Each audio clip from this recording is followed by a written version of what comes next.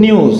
80 வயதிற்கு மேற்பட்ட மூத்த குடிமக்களுக்கு ரேஷன் ஊழியர்களுக்கும் அதிரடி உத்தரவு பறந்து வந்துள்ளது. அதை பற்றி விரிவாக காணலாம் இந்த ஒரு காணொளி காட்சி வழியாக.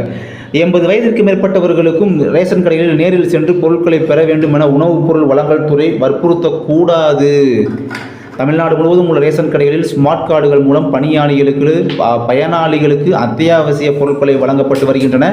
முதியவர்கள், உடல்நலம் பாதிக்கப்பட்டோர் ரேஷன் கடைக்கு செல்ல முடியாத நிலை உள்ளது. அவர்கள் ரேஷன் கடைகளுக்கு சென்று பொருட்களை வாங்குவதில் பெரும் சிரமத்தை எதிர்கொண்டிருந்தனர்.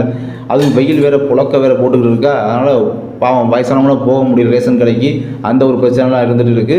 இந்த ஒரு சூழ்நிலையில் 80 வயதிற்கு மேற்பட்டவர்களும் ரேஷன் கடைகளில் நேரில் சென்று பொருட்களை பெற வேண்டும் என்ற உணவுப் பொருள் வழங்கல் துறை வற்புறுத்தக்கூடாது.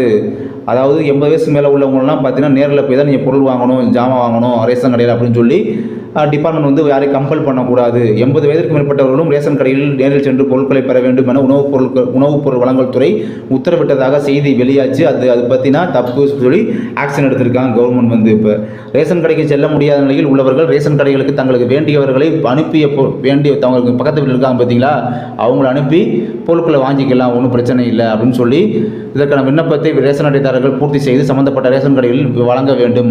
அதை சரிபார்த்த பிறகு அந்த நபரிடம் அத்தியாவசிய பொருட்கள் வழங்க வேண்டும் அப்படின்ற ஒரு நடவடிக்கை அப்படின்றது தமிழ்நாடு கவர்மெண்ட் சேர்ந்து எடுத்திருக்காங்க. இந்த மாதிரி மக்கள் நலன் சார்ந்த விஷயங்களை பற்றி தெரிஞ்சுக்கிறணும் அப்படின்னா நம்முடைய சேனலோடு தொடர்ந்து இணைந்தே இருங்கள். நன்றி.